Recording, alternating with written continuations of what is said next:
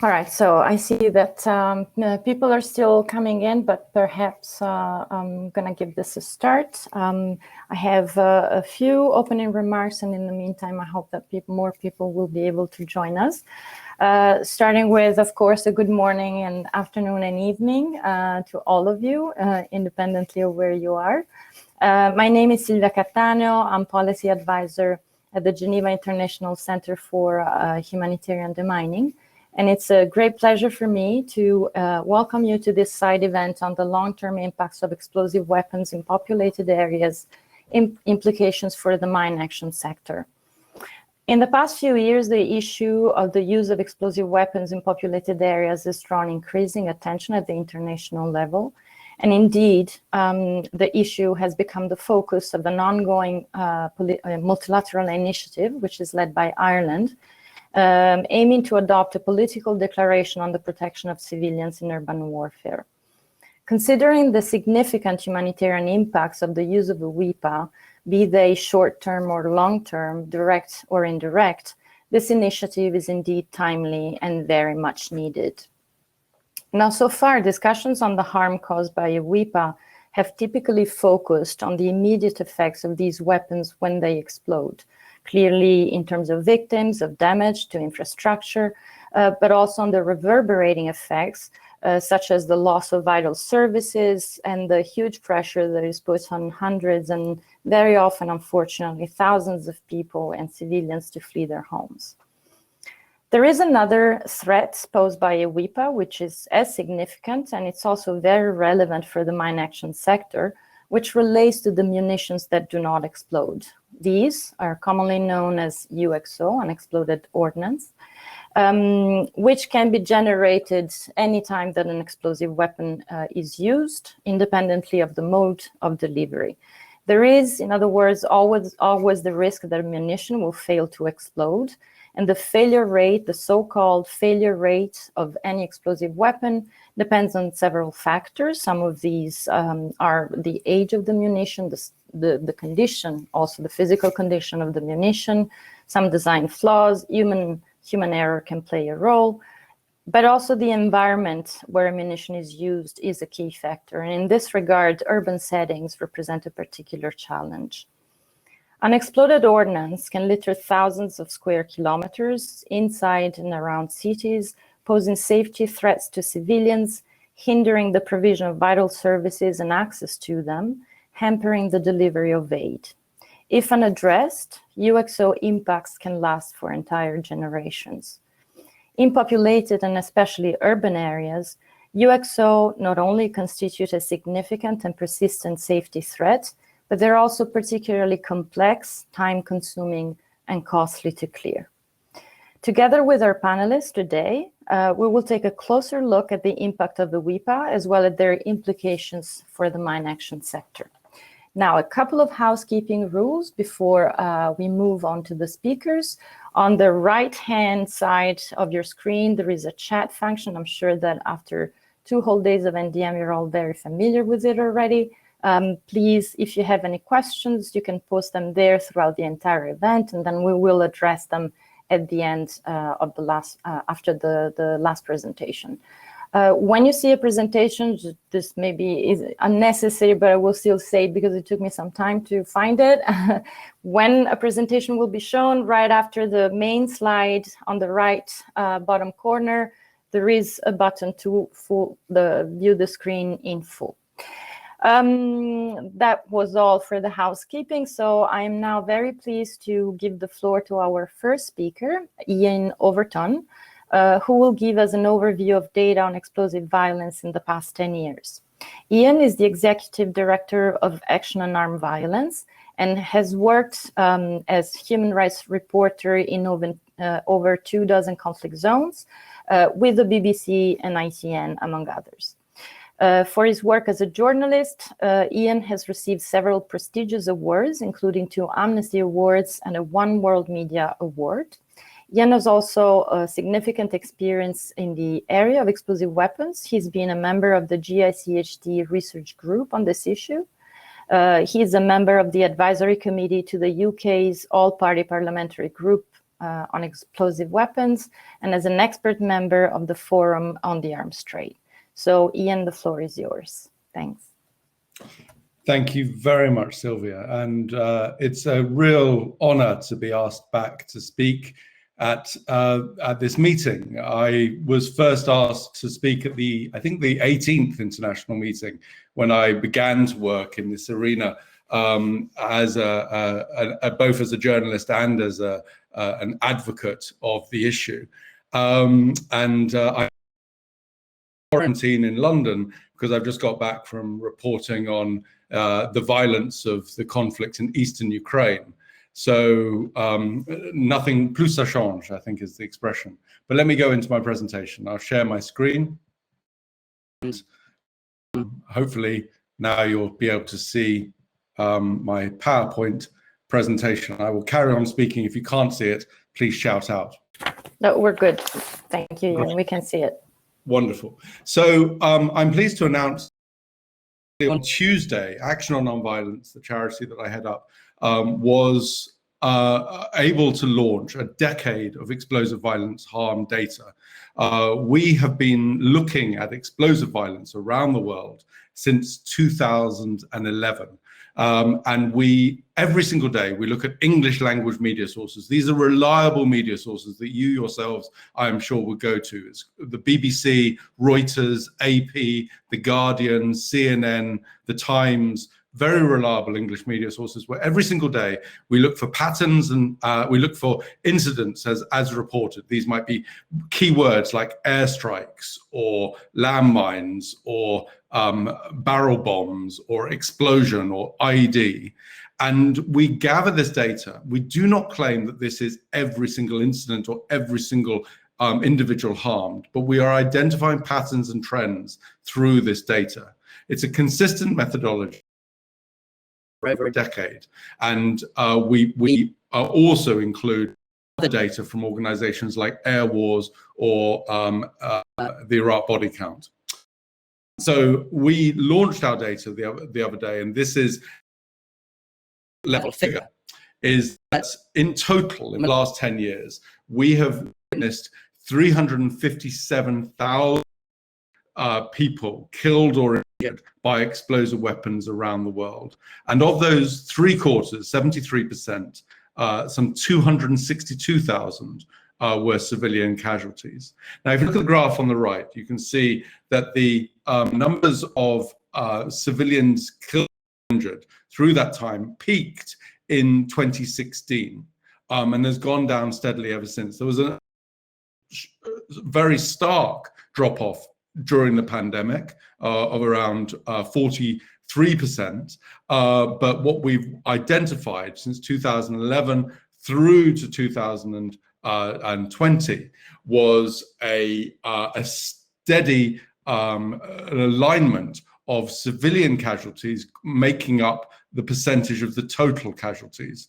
So the orange is the total casualties, the red is the civilian casualties. You can see that as global explosive violence harming individuals increases, global explosive violence harming civilians matches that increase or decrease. We witnessed explosive violence occurring in 123 countries around the world.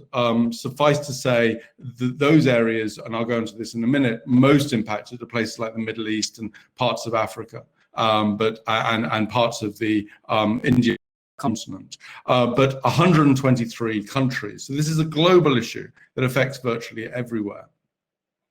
In terms of the types of weapons, what we saw was a consistent use of air launch, ground launch, and IEDs over the period. We saw a spike in IED uses in 2013 and a spike in air launch attacks in 2017. In fact, in 2017, the numbers of civilians injured by airstrikes exceeded the numbers killed by improvised explosive devices around the world. Overall, around 52% civilians killed or injured in the last decade have been killed or injured by improvised explosive devices, the most egregious of which is the suicide bomber. But 50% or 48% were from manufactured weapons, often used by states, ground launch, air launch, or combinations. And it's telling that weapons have really spiked around, as I said, around the 2017 mark in terms of application of harm. And that's to trying to stamp out those perpetrators of improvised explosive devices. But stuck in the middle between non-state actors using IEDs and state actors using ground launch and air launch invariably is the civilian. And this is never more clearer when you look at targeted areas. So in populated areas where explosive violence was used, every single year, year in and year out for the last decade, we have seen the same pattern emerging, that 9 out of 10 people killed or injured in populated areas are civilians. This compares to around a quarter of all people killed or injured in lesser populated areas. In total, we've seen almost 200,000 people, or civilians, killed or injured in populated areas by explosive violence in the last decade. So around 90% of all civilians killed or injured by explosive violence have been killed or injured in populated areas. And same percentage, 90%, also applies for the total number of people killed or injured in populated areas will be civilians. It has two elements, that 90%. As you can see from our various looks at air-launched, ground or improvised, the air-launched weapons have taken around 60,000 civilian lives or injuries, which constitutes around 90% of when air-launched weapons are used in populated areas, 90% of deaths or injuries were civilians. Around 50% of all incidents we recorded by air-launched weapons happened in populated areas. In terms of ground-launched weapons, around 70% of all incidents occurred in populated areas, and 93% of all those killed or injured were civilians. And in terms of IEDs, 60% occurred in populated areas, and 90% of all those killed or injured in those populated civilians. So it's consistent across the board. Each weapon type, air launch, ground launch, or improvised, when used in populated areas, exceeds 90% of those killed or injured being civilians. In terms of most affected countries, Syria, Iraq, Afghanistan, Pakistan, and Yemen were the top 5 most impacted countries. And you can see in Syria, 84% of casualties were civilian, in Iraq, 77%, Afghanistan, 58%, Pakistan, 70%, and Yemen, 68%.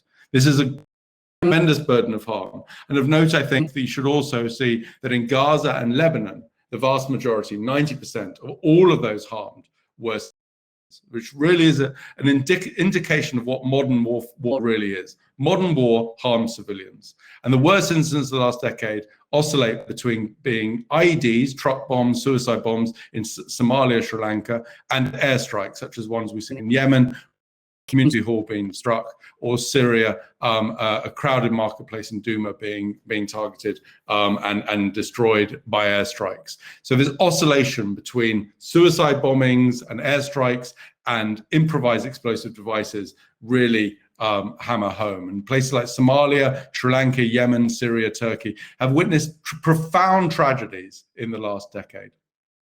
And this goes on to the very final notion that when explosive weapons are used, I've said before, 91% of will occur in those populated areas. In residential, that rises to 92%. In markets, it's 97%. And in places of worship, 95% of all those killed or injured will be civilians. And this places in stark contrast. So in terms of reported as populated, the vast majority of injured are civilians compared to armed actors. Places not reported as populated, you see the shift, that there's a massive reduction in the number of civilians killed or injured and an uptick in the number of armed actors who suffer death or injury. Thank you very much for your time, and I hope that this data, which is available on aoav.org.uk, can be widely shared and in your understanding of global explosive violence harm. Thank you very much, Ian.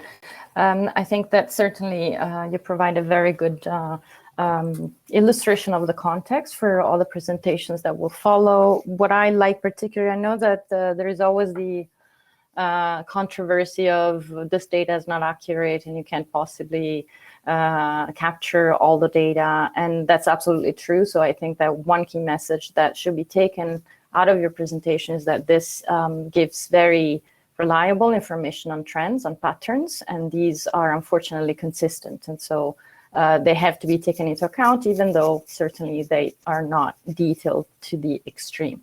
So we will now switch to Douglas Kilama. He's joining us from Sana, so we're really hoping that technology will cooperate with us and that you'll be able to be online the whole time. Douglas is a Risk Education Technical Coordinator for Humanitarian Inclusion in Yemen. He has 20 years of experience in humanitarian work, specializing in risk education, non-technical survey, victim assistance, and the protection of children associated with armed forces or groups. He's worked in Angola, DRC, Jordan, Libya, Somalia, Sudan, Syria, and Uganda in these areas. Douglas will speak to us specifically about the example of the use of EWIPA in Yemen and their impacts both in the short and long term. And he will include some remarks on the question of victim assistance, the implications for victim assistance and risk education. You have the floor, Douglas. Thank you, Sylvia. Dear colleagues, thank you very much for inviting me today. I'm currently addressing you from Sana'a, Yemen. I would like to share a few thoughts about the humanitarian impact of explosive weapons based on research that Humanity and Inclusion has been doing for the last few years. Since I'm in Yemen, a country that is heavily impacted by explosive weapons of different kinds, I would give you a few examples for this context, specifically focusing on challenges related to providing assistance in victims and risk education. The use of explosive weapons in populated areas is a major humanitarian problem which causes distinct pattern of harm. This pattern is something worrying to us because it is recurring in almost all conflicts in the world: Syria, Iraq, Afghanistan, Gaza, Israel, Yemen, to name a few. Heavy bombs that create blast and fragments around area of detonation kill civilians, create difficult lifelong injuries, often resulting in impairments. And continuous living under bombing and shelling is creating psychological trauma. The devastating impact of explosive weapons on civilians is not limited to direct harm on their life or health. And more often than not, long-term and reverberating or domino effects follow the destruction or damage of critical infrastructure and multiply the humanitarian impact of the use of these weapons. And this is something that HI has been documenting, particularly in Yemen. In our report from last year, we have demonstrated that Yemen's experience show how the reverberating effects of explosive weapons can be a death sentence for civilians. The physical damages to buildings and infrastructure, the disruption to services that affect every aspect of a civilian's life, including food security, transportation, health, water and sanitation, and education impact only not on daily life, but also impacts builds over years and makes life unbearable for people. Today, I would like to share or address you specifically how contamination is challenging in Yemen and how victim assistance and risk education are particularly important, but yet also challenging. Contamination by explosive ordnance will affect Yemen's population for decades. The extensive use of air-delivered explosive weapon drops in large quantity across Yemen. And even if the conflict ends now, reverberating effects will be felt throughout stabilization and reconstruction process. In particular, airdrop ordnance is difficult and time-consuming to clear. There's a high level of explosive ordnance contamination, which include mines, cluster munition, and exploded ordnance, abandoned ordnance, booby traps, and improvised devices, including improvised mines. Like in many different countries, contamination has significant impact on people's ability to meet basic needs. If areas are suspected of to be contaminated, population adjusts their movement significantly to avoid danger, thereby disrupting trade, livelihood, access to health, and daily commutes. HI is providing rehabilitation services to victims of conflicts, but there are challenges associated with provision of such services. Besides being faced with overwhelming number of people who need services, identification of exact causes of injury through other services like rehabilitation is still difficult in some areas, where beneficiaries feel uncomfortable to reveal how they were injured. The protracted sense of insecurity to the extent that sometimes take relation as interrogation or investigation. In relation to the above, there are also anomalies or gender inequality in prioritization of victims' assistance in certain communities and households in particular. Male victims are prioritized over females by families to access health. And access to MHPS is very challenging due to significant lack of psychiatry and psychological services. The quality of services, misunderstanding around benefit of PSS sessions, to the general suspicion from authorities towards foreign organizations. Population that do not alter their movement and cross-contaminated air expose themselves to risk of death and lifelong injuries where explosive ordnance lies away. When people have run out of options to seeking safety, they may choose to return home even when they are risking returning to areas contaminated by explosive ordnance. Population most at risk for explosive ordnance are IDPs, the frontline workers who were involved in rubble removal or construction, agriculture workers, and children. There's little ongoing risk education and clearance in Yemen to mitigate this risk, owing to the lack of access, resources, trained staff, and infrastructure. Continuous use of explosive weapons in populated areas aggravate the situation of already constrained space for race education and in the country, and continues to contaminate areas that were eitherto not contaminated. The existence of two parallel authority structures in Aden and Sana with different requirements like authorization, permission, accreditation, that they are subjecting humanitarian actors to also hinders the implementation of coherent and harmonized approach to explosive ordnance risk education. Since impacted areas are contaminated with a plethora of different explosive ordnance, this also requires explosive ordnance risk education implementers to use different approaches of delivery of awareness. However, there's lack of capacity in some areas to run separate IED or small arms and light weapon risk education from ordnance risk education sessions, where there's an active threat, thereby exposing implementation to risk of potential ownership issues, active IEDs. Thank you.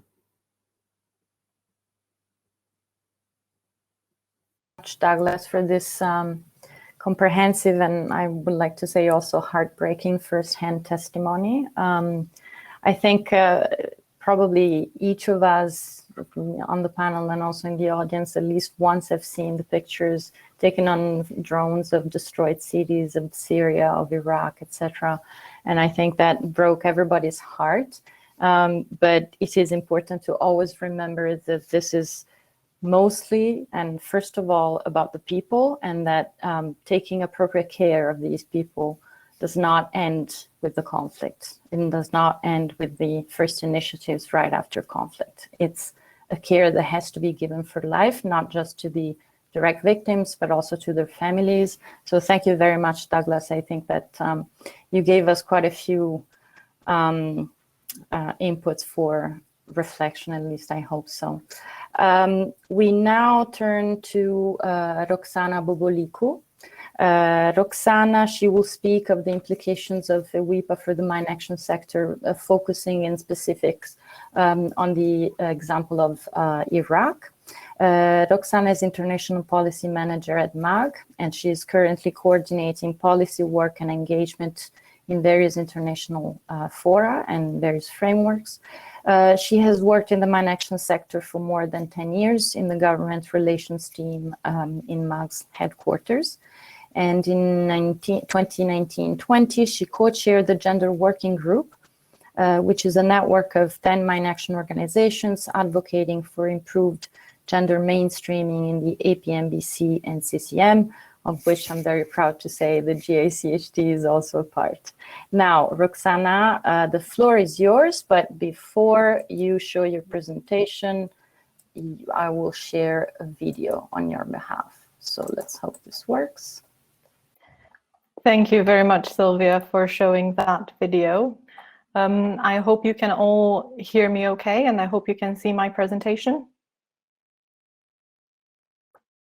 Not yet see the presentation. So. Do you want me to try? No, that's fine. I think it just took a second. Is it okay now? Yep, perfect. Great. Thank you so much, Sylvia, for the introduction and for showing my video. As Sylvia mentioned, I will focus on the impact of EWIPA, particularly the challenges that it poses for clearance and for survey, and also some of the ways in which MAG has been addressing these challenges. The use of explosive weapons in populated areas leads to civilian casualties, destruction of civilian objects, and disruption to key services, as well as large-scale displacement, as we've heard from other colleagues as well. In addition to the impact of the bombs that do go off, the bombs that do not explode also have a significant long-term impact that severely affects the return to normality after conflict. Damaged and collapsed buildings combined with unexploded ordnance make mine action a prerequisite for safe delivery of aid by other actors and for the safe return of displaced populations. MAG has been working in areas retaken from Daesh in Iraq since 2015 and in Syria since 2016. Since then, we have removed more than 36,000 dangerous items and released over 35 square kilometers of land in northeast Syria. In Iraq, we released over 27 million square meters of land and removed over 20,000 dangerous items since 2017. During this time, we cleared homes, schools, health clinics, water towers, power plants, and other key infrastructure. Our work helped other aid agencies rebuild infrastructure and resume essential services, as shown in this picture where a German NGO was able to rebuild a school in Iraq on land cleared by MAG.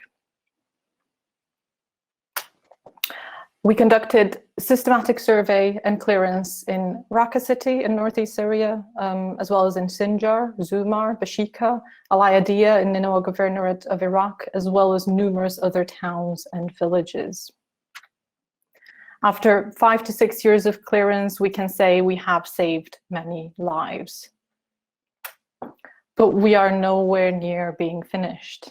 This photo was taken only a couple of weeks ago in Tel Azir near Sinjar, where children were playing with an unexploded projectile in the street. The presence of explosive ordnance continues to be a significant factor hampering returns and contributing to protracted displacement. A study conducted by REACH showed that IDPs from Nineveh residing in formal camps in Dohuk cited the presence of explosive ordnance as the most common reason for not intending to return in the next year. Now, what this means for mine action. The nature of urban environments makes mine action operations particularly challenging. The size of the affected area and the density of the infrastructure makes survey and clearance processes in built-up environments more lengthy and resource intensive. The large-scale population movements in urban areas during and after conflict result in limited local knowledge among the newly arrived or returning residents. The scale of displacement and the economic need in some of the post-conflict areas means that a population desperate to return to their homes will often risk entering contaminated areas despite the dangers, which adds pressure to mine action operations. Risk education is therefore essential alongside survey and clearance, but my colleague from MPA will discuss this in more detail very shortly.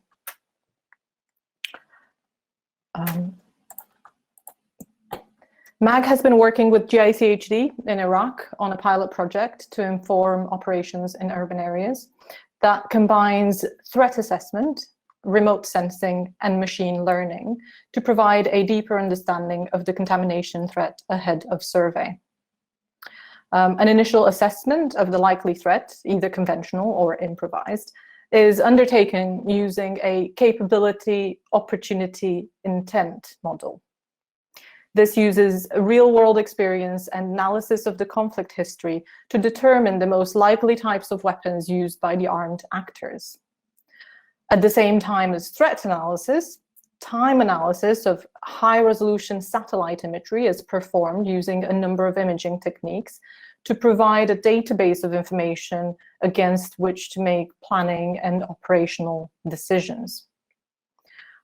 Drone imagery can be helpful, but it is often limited by local restrictions and the need for proximity to the UAV, and as such cannot always be considered as the best first look tool for high-level planning and analysis. MAG's Urban Approach project uses the S3 enterprise platform to perform a number of analysis of the high-level satellite imagery, urban gridding and categorization, changes to building structures over time, remote battle damage assessments, rubble signature identification using machine learning, land use analysis, and building a 3D model of the urban environment. My colleague Tammy from GICHD presented some aspects of this project on Tuesday, so I will not go into detail. While in its initial stages, the results to date confirm that remote sensing combined with a structured threat assessment provide benefits to the planning and prioritization of on-the-ground survey and clearance efforts. As well as improving efficiency, the use of remote survey techniques is critical to the safety of personnel, particularly in environments where conventional ERW is overlaid with improvised contamination. Non-technical survey relies on local knowledge to assess hazardous areas using an evidence-based approach. As we know, the standard approach to NTS was primarily developed in rural post-conflict areas with somewhat stable populations. Urban areas affected by intense armed conflict, aerial bombing, and IEDs require a level of planning and coordination much greater than rural areas. Infrastructure density, widespread destruction, and the rapidly changing context of urban areas require a systematic approach to land clearance. Cities and towns are subdivided into smaller, more manageable areas in order to facilitate safe operations, rapid response, and community buy-in. Each sector is classified as a suspected hazardous area, enabling MAG teams to conduct NTS and systematically record areas reported as free of threat by the community, which can be released without clearance. Built-up areas are surveyed block by block with a visit to every housing unit to introduce MAG and collect information on occupancy and contamination. Throughout this process, close communication between non-technical and technical teams and strict safety protocols are essential. Safe vehicle access is determined by the technical field manager, and targeted technical survey may be conducted to provide access to areas for community liaison teams. All movement on foot is conducted after thorough review of the updated satellite imagery and ground sign assessment. Visibly unoccupied buildings are never entered or approached by non-technical teams, and staff are trained to avoid actions associated with IED risk, such as opening doors or windows. The NTS process is also an opportunity to conduct due diligence around ownership of housing, land, and property. This represents a key risk for mine action operators in urban areas, given population movements and the increased value of property post-clearance. The inability to verify ownership creates potential legal liability and reputational risk for operators, as well as potentially inflaming local tensions in the event of a dispute. HLP considerations have been integrated into MAG's NTS process in partnership with Norwegian Refugee Council. This included establishing processes and procedures to verify ownership and referring HLP disputes to NRC or other specialist organizations. So to conclude, the mine action sector has been constantly adapting, innovating, and responding to new challenges. We know how to address the contamination problem. But mine action is by its nature slow and will take many years to clear and rebuild in places like Iraq and Syria. In the meantime, the human and socioeconomic costs of the use of a EWIPA is unacceptable. Prevention is better than cure. Thank you.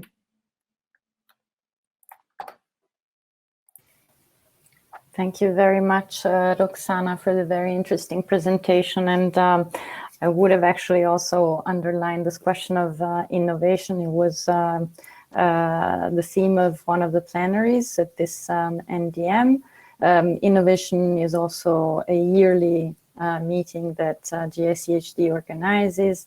And I think it's important to underline it. Of course, there is a technical and technological dimension to innovation, but it's not only that. It's also about adapting of one's approach to different environments. And I think that the urban context shows that sometimes you have the same activities that done in a completely different environment have to be customized. So we are now ready to give the floor to Rasmus. I thought your first surname was Sandvold. I see now that it's not, so I'll go with Veske. I've learned to pronounce both. Rasmus works as an advisor for NPA, Norwegian People's Aid, and is based in Oslo.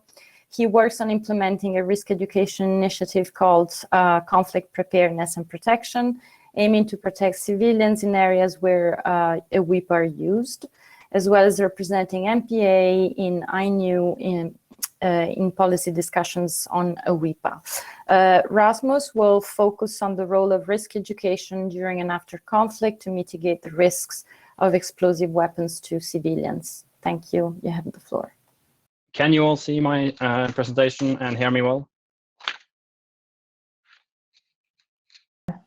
Perfect. Very good. So yeah, thanks for the introduction, Sylvia, and also thanks to all the previous speakers. I think what we have heard so far today is an extremely compelling and strong argument for why we need to address this problem. And I think let alone AOAV's data, even regardless of how it's broken down, it shows this pattern of harm and it shows that it remains the same. So when explosive weapons are used in populated areas, the impact on civilians is devastating. So following Douglas and Roxana's excellent presentations linking EWIPA with the humanitarian mine action, I will give one or two more examples of how I think EWIPA relates to our sector. So I'll do so by following two very well-known avenues for us, which is risk education, as you mentioned, Silva, but I also like to mention advocacy, which is also a pillar of mine action. So actually, let me start with the latter one, advocacy. I think in our sector, we're lucky to work with ban treaties, such as the Mine Ban Treaty and the Treaty on Cluster Munition. These were put in place for humanitarian reasons. It was mainly because of the indiscriminate effects these weapons had and still have on civilians that there was need for regulation. And I think with the EWIPA, although it's similar but not not quite the same, we are also seeing this humanitarian imperative calling for restriction of use of certain weapons, such as those explosive weapons that have wide area impact. And when these are used in populated areas, we have seen what this leads to. So my first point or recommendation would be that our community, the mine action community, support the political declaration process that is ongoing and that was mentioned by Sylvia in the beginning of our meeting today. There are a few things to mention about this. Of course, unlike the treaties we are used to work with, this is not a treaty and obviously not a ban. And it's not about changing anything in international humanitarian law, which is still applicable and won't change with a political declaration. But it's about a policy commitment to address the unacceptable level of civilian harm we see when explosive weapons are used in populated areas. And this is why we need a strong political declaration that will result in an improved situation on the ground for civilians. It needs to go beyond just stating that what we have is good enough. So yeah, we need a clear commitment to avoid those weapons that have wide area impact in populated areas. So that was on the advocacy pillar. Let me now turn to the risk education pillar, which is also very well known for many of our listeners and for the mine action community, of course, at large. And I would like to mention that one project that Sylvia mentioned in the beginning, conflict preparedness protection, being a risk education initiative that NPA started. And I'm showing you some photos today. These photos are from Gaza, where this risk education project started after the last very large escalation in 2014. Since then, we've had what happened in May is what you see photos from on your screens now. These are recent photos from Gaza, just illustrating a bit what EWIPA means. But against that backdrop, I'll just like to mention a bit on risk education, which is another way our mine action community can link in with the EWIPA debate. So after this last big war in 2014, NPA asked itself what can be done operationally to inform people about risks related to explosive weapons being used in populated areas. Not only unexploded items or ERWs, but also living in such an area under bombardment and often under long-term bombardment. So with this in mind, we developed this conflict preparedness and protection program, which works with preparedness and risk education, both before conflict or attack, during the conflict, and after. So the topics we address in this type of risk education, they vary depending on the context, obviously, but they can entail, for example, trainings on safer behavior if you're outdoors during an attack, if you're indoors during an attack, where to take cover, risk education measures one can take at home, safer evacuation of an apartment building, preparedness of safe rooms, meeting points in case a family is separated, keeping copies of important documents readily available, for example, in a quick run bag or a grab bag in case of immediate evacuation. drills in communities and schools, and basic first aid or fire safety training. Many things that are often low cost and almost common sense things that can be taught to civilians living under these conditions.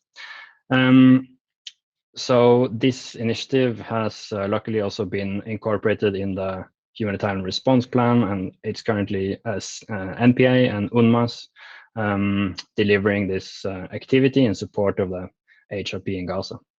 We've successfully trained about 120,000 people, sort of face-to-face training in like prior to this conflict, and during the conflict we boosted some of our messages using social media and targeted advertisements, which was quite successful. We managed to reach quite a lot of people with basic safety messages and advice on how to better protect yourself and your family. Yeah, this just shows some of the devastation that that occurred in Gaza during the last fighting. So I will also turn to one more photo here at the end, which shows a huge general purpose bomb. I think airdropped munitions that we have mentioned already. Always part of conflicts, the aftermath. There will be unexploded devices found on the ground that are difficult, expensive, and dangerous to clear. And I think this photo that I took from New York Times, it's the other photos you saw were NPA photos, but this one illustrates for me two things, and it's those huge weapons, huge bombs dropped in urban areas will have a massive blast and fragmentation radius and will cause these wide area impacts that we talk about. And the second thing this photo illustrates for me is the challenge of doing clearance and removal of such devices in an urban setting, the need for evacuation, the need in case this goes off during clearance as well, the area impact will still be very large. So yeah, these were 2 points I wanted to highlight for today. There was one thing I didn't have the time to speak about, which is another reverberating effect that I think both AOAV and NPA and others have been looking at, and that's on the environmental impact of EWIPA. But please allow me to put some links in the chat for those interested in learning more about this topic as well. And yeah, with that, I hand it over back to you, Sylvia. Thanks. Thank you very much, Rasmus. Risk education is one of the pillars of Mine Action, and once I remember I called it was a formal meeting, but smaller, so maybe I can be forgiven for that. I called it the lesser child of the sector, not because it's less important, but because I have the feeling that very often it's kind of forgotten that it's part of it and it's part of the response. And in particular situations and with particular groups of populations, in particular children, it's actually fundamental, really. As many of these items seem non-threatening, and children will reach out and try and play with them, and unfortunately get really hurt or lose their lives. So thank you very much, Rasmus. This was very interesting. So we have a few minutes. I haven't seen. I still encourage everyone listening in to post questions if they want, but in the meantime, I will abuse my powers as chair and go back to what I was saying before when we lost you, Rasmus. So I was mentioning that obviously, and you made an explicit reference to it, to the political declaration, the currently ongoing process to negotiate one, which is obviously very relevant to mention, because all of what we've seen and that the mine action sector sees every day in many parts of the world has to be factored into also the political declaration that will come. So from this point of view, I have a few questions for at least three of you. Let's start with Douglas. From this point of view, from the point of view of your experience, you've had experience in a lot of countries affected by contamination. You're now in a country which is heavily affected by EWIPA use. So what would you recommend in terms of the substance, the content, what should go into this political declaration to be able to take account properly of this reality and prevent it if possible and mitigate it? Thank you, Sylvia. We believe that this political declaration should establish a clear presumption against the use of explosive weapons with wide area effects in populated areas. A clear international and policy commitment against such use should be central in a declaration. An effective change can be achieved by communicating a clear standard against the use of wide area explosive weapons. It should then further commit to strengthen their military policies and practices to these standards and prevent such use. Secondly, political declaration should recognize the collaborating where the interconnected nature of infrastructure services means that the damage to one causes elsewhere. My intervention. The text to include a commitment to ensure that for us reverberating effect considered in planning military operation. Thirdly, we want this political declaration commitment to its victims, meaning people in survivors, families of those injured, as well as communities, to receive adequate assistance based on their needs in a non-discriminatory manner. Assistance to victims will be challenging, especially during fighting, and humanitarian clearance of happening only after fighting has ceased. However, with many conflicts lasting for years and years, and bombardment and complex threats for extended period of time, explosive ordnance risk education cannot wait until conflict is over. HI believes that explosive ordnance risk education during and after conduct of hostilities and life-saving activity for civilian and affected by conflicts. And that also should be mentioned in this declaration. Thank you, Sylvia. Yes. So always staying within the remit of the draft declaration, we saw the last draft earlier this year, which will be revised, it's true, but there was a mention of data collection, which, if I remember correctly, was also slightly controversial. So maybe, Roxana, would you like to tell us a little bit about this? Why is it important to collect data? What kind of data should we collect? And what would be the purpose of doing so? Thanks, Sylvia. Yes, well, there are various aspects of data collection. I think there is one aspect that refers to collection of data on casualties, which I think is extremely important and should be part of the declaration. But also as a mine action organization, there is another aspect that is quite important for us, and that is sharing of data regarding the number, the type, and the location of explosive weapons that are used by the armed actors. Because when this kind of information is made available, mine action organizations are able to prioritize clearance in a much more effective way. So when we can work faster, that means we can save more lives. So it's really important for us as a mine action organization to have that recognized as well. And I think it's great that the draft version of the declaration already acknowledges the impact of unexploded ordnance on displacement and the need for clearance after conflict as well. So that's great, but you know, there's still a bit of room for improvement. Thank you very much. And Rasmus, there is a mention of risk education also in the current draft of the political declaration. Now, that probably comes from the reference in Protocol 5 of the CCW that talks about risk education, but the protocol actually refers to post-conflict environment. So can we afford to wait until a conflict is over to engage in risk education?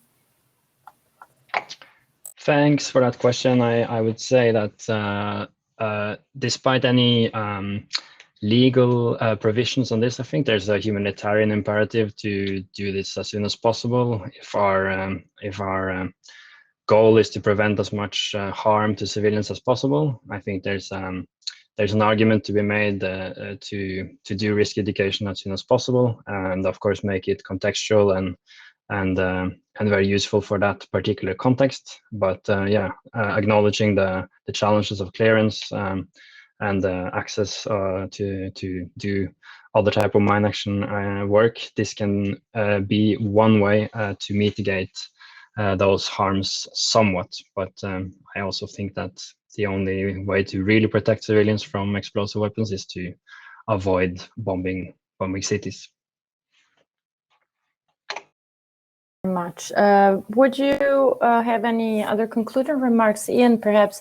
I've always been very curious about the data collection exercise you have at AOAV, and because I realize it must be really complex.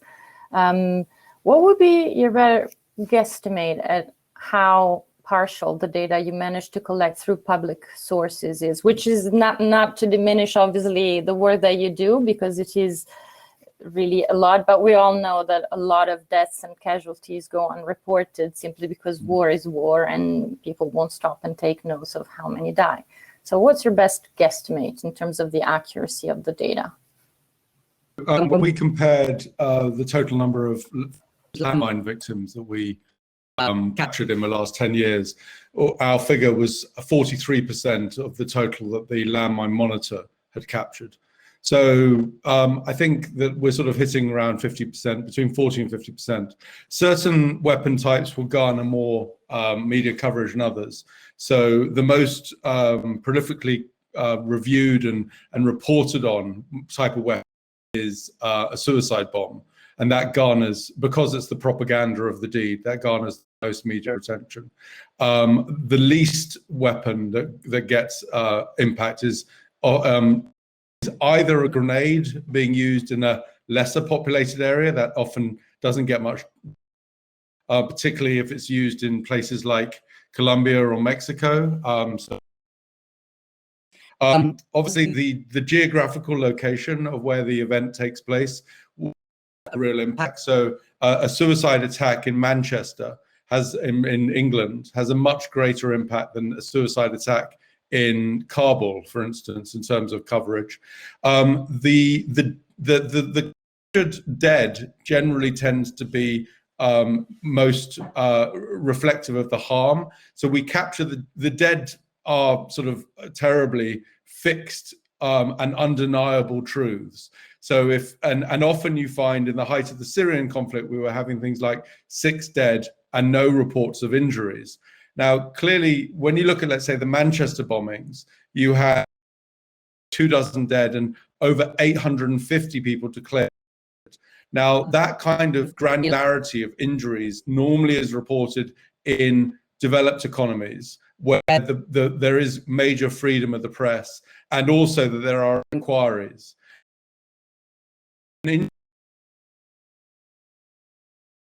Small as, you know, tinnitus or something, or I'm not diminishing that impact, but maybe hidden issues. Psychological trauma may have been listed as an injury in the Manchester attack, but an airstrike in Syria, you just get 15 dead. You don't get the granularity. You don't necessarily even get issues of gender. So, in terms of gender, around 20% of all of our reports cited gender. In those reports where gender was cited, around 17% of all victims were women and the remainder were men.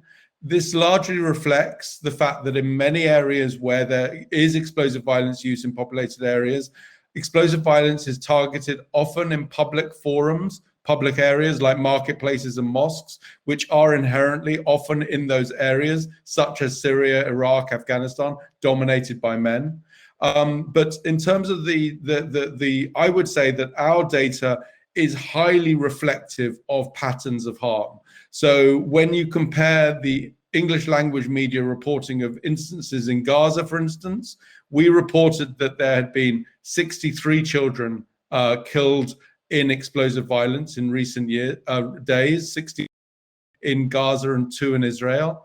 And when I cross-compared that with human rights groups operating on the ground, the total number of children killed by all types of weapons was 75, 73 in Gaza and 2 in Israel. And so I think whilst one was capturing all forms of violence and we were just looking at explosive violence, I think that that indicates that when the world's media is looking at an event, it does tend to get it right.